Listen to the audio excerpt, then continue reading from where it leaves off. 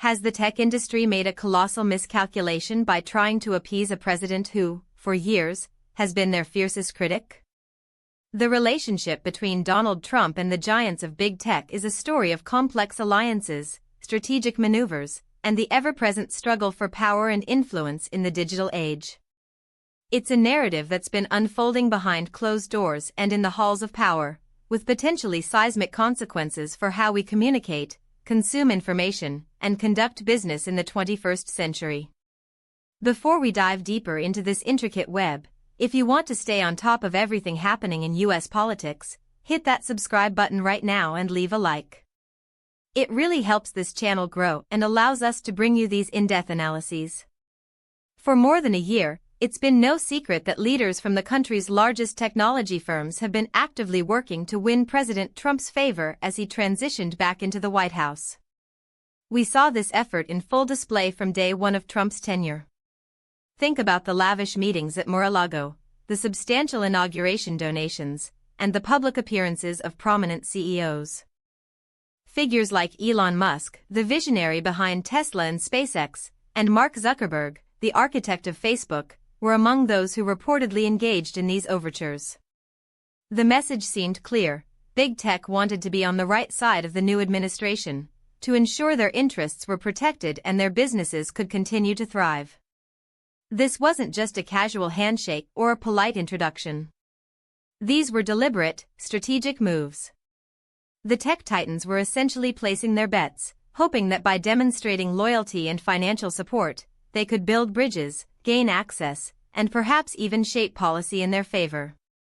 They understood the power of a president who could, through executive orders, regulatory pressure, or even public pronouncements, significantly impact their bottom line and their ability to operate. The context here is crucial. For years, Trump had been a vocal critic of big tech, frequently accusing platforms like Twitter, Facebook, and Google of bias against conservatives. He signed executive orders aimed at reining in their perceived censorship power, and his administration actively explored ways to regulate their market dominance. Yet, despite this history of antagonism, many of these same companies seemed to pivot, seeking to mend fences and establish a new working relationship. This shift in strategy was particularly striking given the public rhetoric that had preceded it. We're talking about billions of dollars in market capitalization, the livelihoods of millions of employees, and the control over vast swathes of information and communication. The stakes were, and still are, incredibly high. The decisions made in these meetings, the donations given, and the subsequent actions taken by both the Trump administration and the tech companies have far-reaching implications. What does this all mean? On one hand, it highlights the immense influence that big tech wields in American politics.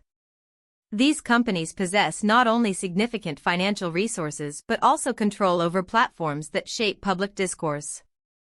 Their willingness to engage in such overt attempts to influence a president underscores their recognition of this power and their determination to protect it. It raises fundamental questions about the intersection of corporate power and political influence. On the other hand, it reveals a strategic pragmatism, perhaps even a degree of desperation, within the tech sector.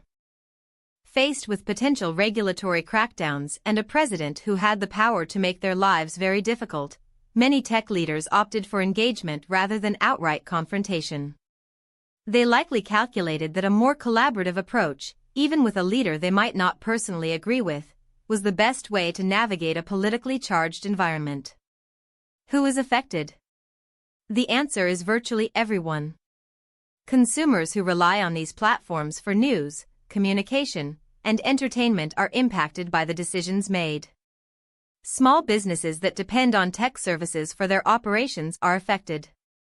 The broader economy, which is increasingly reliant on technological innovation, is also on the line. And, of course, the political landscape itself is shaped by these interactions, as the balance of power between government and industry continues to be redefined. The possible outcomes are varied and, frankly, uncertain. One possibility is that these efforts at appeasement were successful, leading to a more favorable regulatory environment for big tech during the Trump administration, and potentially setting precedents for future administrations. Another outcome could be that these overtures were seen as opportunistic or insufficient, leading to continued tension and more aggressive regulatory actions. There's also the possibility that these efforts backfired, drawing more public scrutiny and criticism to both the tech companies and the administration. The core of this story is the complex interplay between innovation, power, and politics. It's about how the architects of our digital future are attempting to navigate a turbulent political sea, and what they're willing to do to stay afloat. It raises questions about accountability, transparency, and the very nature of democracy in an age dominated by technology. So, what do you think about this intricate relationship between Trump and big tech? Were these companies smart to try and win his favor, or was it a fundamentally flawed strategy? Drop your opinion in the comments below. I read every single one. The story of Trump and big tech is far from over. It's a dynamic and evolving narrative that continues to shape the future of our nation and the world. Stay tuned for more insights.